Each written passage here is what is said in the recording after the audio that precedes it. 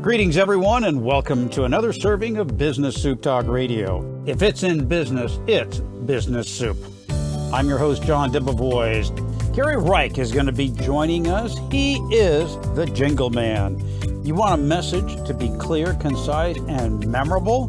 Well, put it to a tune. The Jingle Man's here, and Business Soup has its own little tune. Cary, welcome to this serving of Business Soup.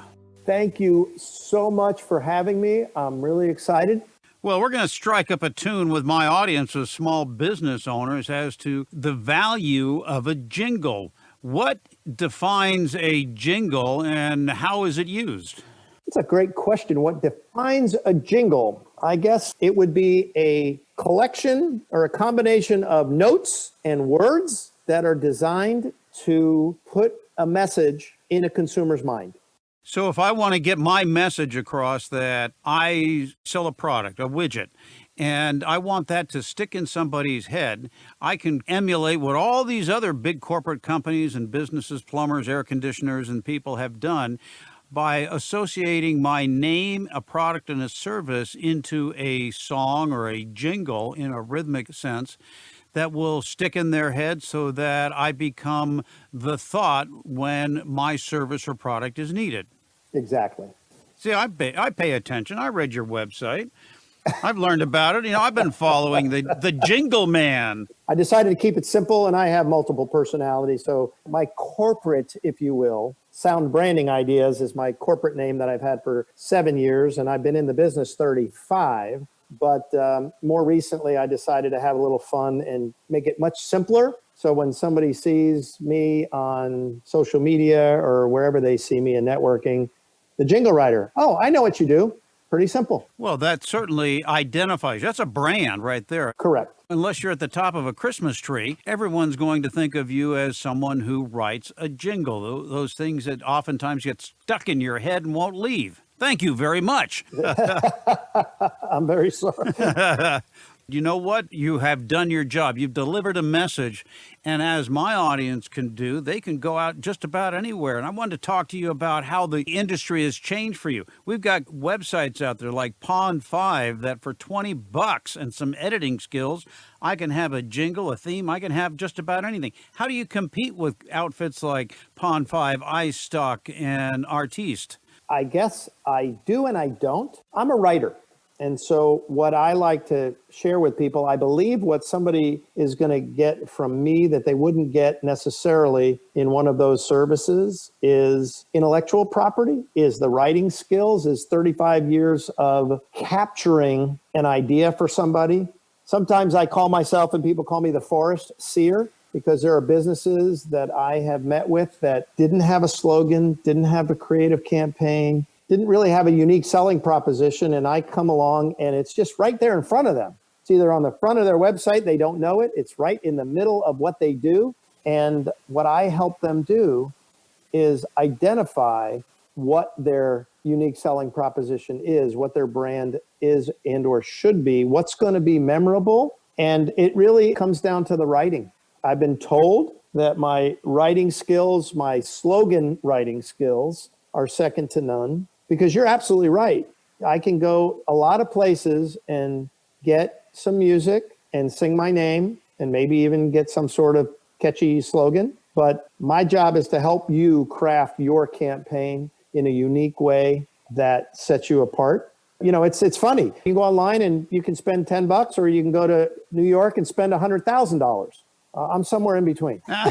Well, you use that analogy about being in the forest. So a lot of these companies, and to play off of that analogy, is that you can't see the forest for the trees.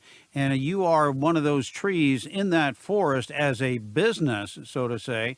That jingle that you're talking about will separate them from that forest so that people can see them or hear them. And your jingle creates an image. It's words. Like on radio, we create images in people's heads with the words that we use, just like a sportscaster does on radio describing a football, basketball, or baseball game. Correct.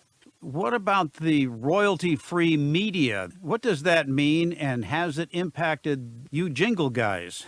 Oh, sure. Yeah. I mean, the fact that somebody can do what you just described makes a difference. But you know what's interesting? There are, I'm sure, hundreds, maybe more, of people that do what I do.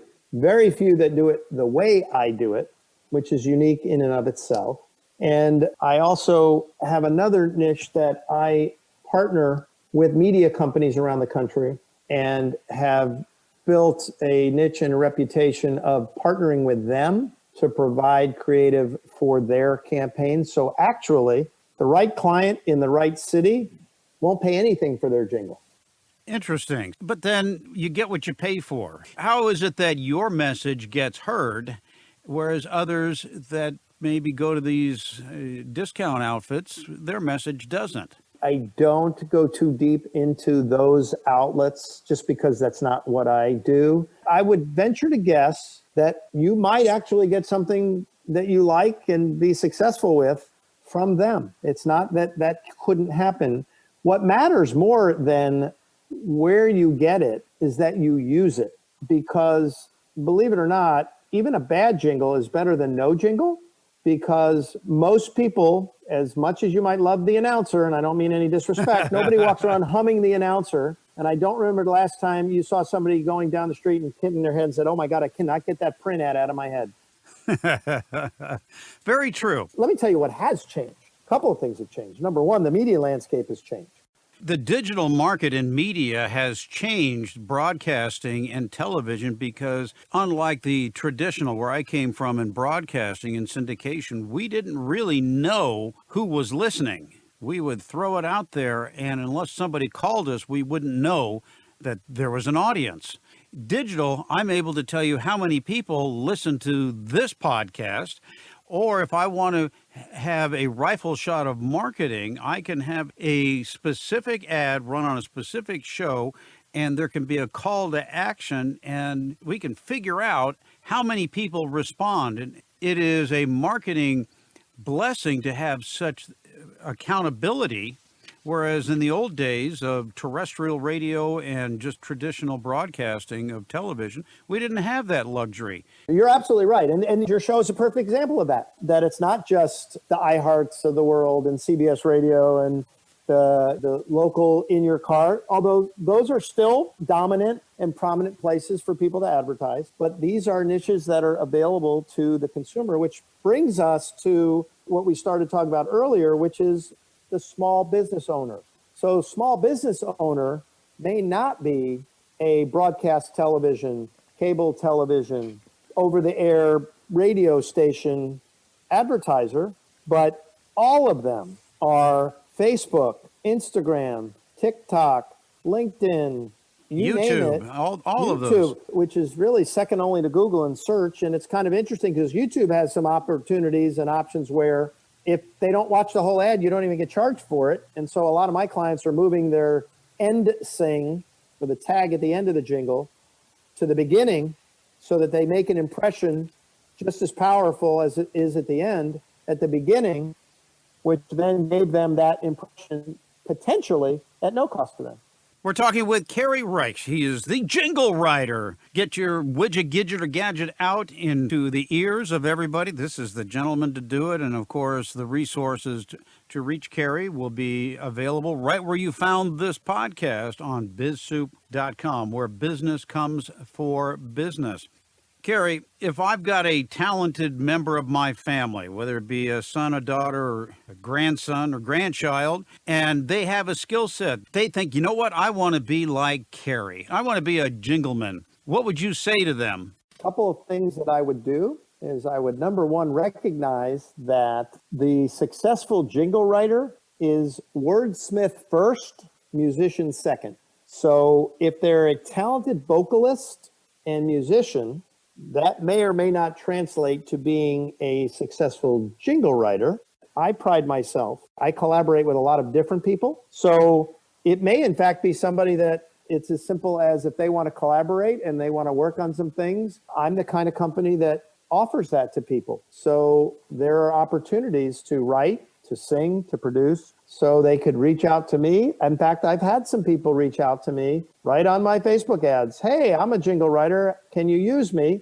And depending again on the situation, I don't think any of us want to be training our competition necessarily. But who knows? You may have the next Barry Manilow show up on your doorstep and say, "Hey, I want to learn how to write jingles." Well, no, that's me. That's me. You didn't ask me, but I got into the business because I wanted to become the next Barry Manilow. Moving on with questions about the business side of it, and we know it is a good idea and a good business decision. Have a jingle, and it sticks around for a while. Do you want to change the jingle up from time to time, or is it better to have consistency over the years so that people remember the lyrics and the tune, the melody, the limericks, however the jingle is delivered? Do we change it up or keep it the same? That's a great question. The answer is varied.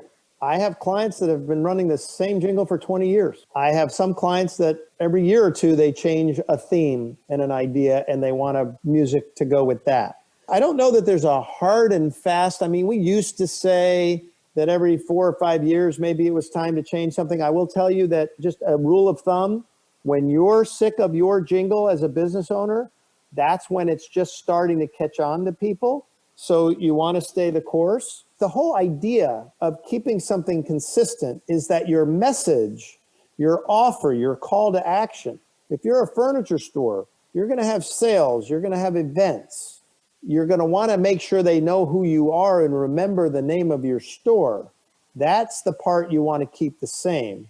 That's where the jingle comes in. If you're in a service business where people need to remember you, here's another that I tell people all the time. If you're in an industry where the manufacturer that you represent offers you what they call co-op advertising dollars, where if you promote, as an example, we'll just use train. As long as you say train and you use It's Hard to Stop a Train, and they see and hear the logo, depending on if it's TV or radio for train, that's all great. But when the jingle sings your name, they might remember that it was train, and that's good, but they're going to remember your name so that when that AC system goes out, they call you. And I like that because that's what we call OPM, or other people's money. And there's no reason not to avail yourself of that when you have a jingle. Why does it matter? Because if I'm listening to a spoken ad and I hear your name, Pete's Heating and Air, as many or maybe less times than I hear Train or Lennox or you name the manufacturer, I may not remember that it's Pete's AC. But if I hear Pete's AC sung the music, that's the part that's going to get stuck in my head. Cary, as far as the royalty aspect, let's say I have a grandchild, which I don't, but if I did and they were talented, what kind of money would they be looking at in this new world of environment with streaming audio? And how are royalties affected by this new age of streaming and new business model that, well, the music industry is in? That is a really good question. And I have to tell you, I live in a different world. There are companies and there are opportunities in the music world that are based on royalty and based on what they call a cue sheet. So if you have something that runs on a TV station or a radio station or in a movie or whatever, that there are royalties that come from that and can be paid from that add up.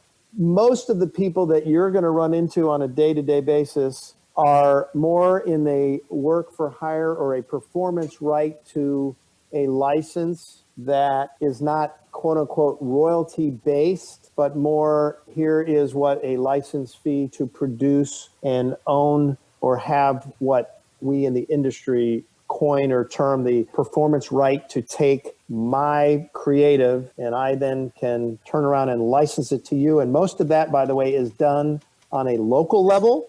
The vast majority of the jingles that you hear for small businesses in a local community are licensed to them locally for their local community versus being a regional or national ad. And again, every company is different. Every situation is different.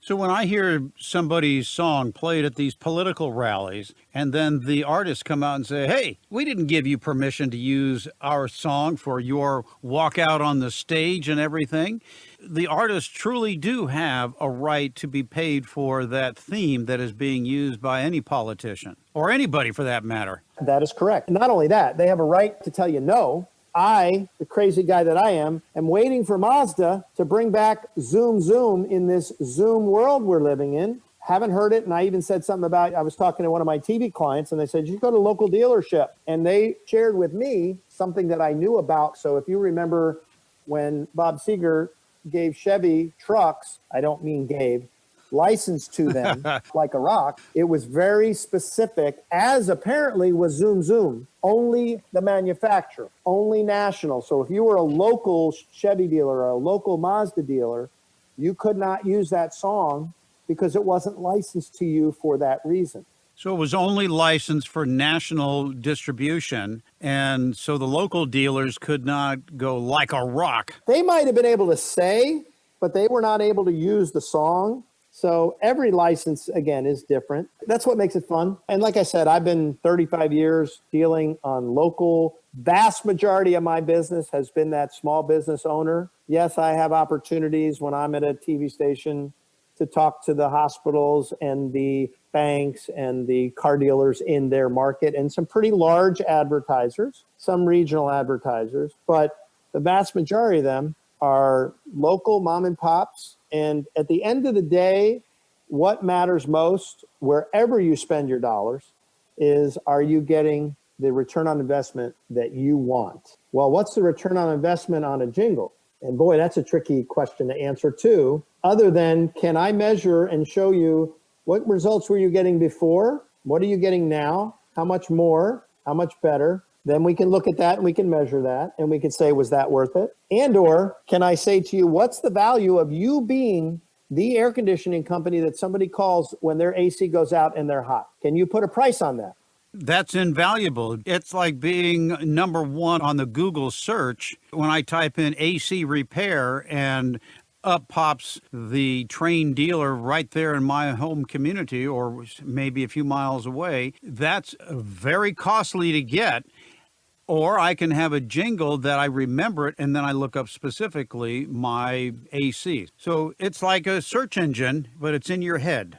Exactly. That's the whole idea. And I think it was Reese and Trout in the 22 Immutable Laws of Marketing that said there's only so many rungs on the consumer's brain. You don't necessarily need to be number one, although number one is ideal. But if you're not number 1, 2, or 3, people probably aren't going to remember you. We're talking with Cary Reich. He is the Jingle Writer. If you want more information about how you can get your company on the minds of everyone around you, well, go to BizSoup where you found this podcast, and all of that information and his contact information is right there. The one source for business soup.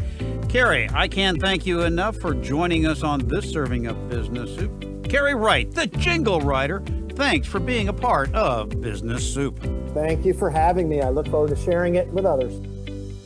This has been another serving of Business Soup, where business comes for business. I'm John Debevoise, inviting you to visit the website for more servings of what is best in business. This show has been produced by Market Domination, LLC. To discover how you can have your own show completely done for you and turn it into a real published book and become the authority in your marketplace, go to www.marketdominationllc.com/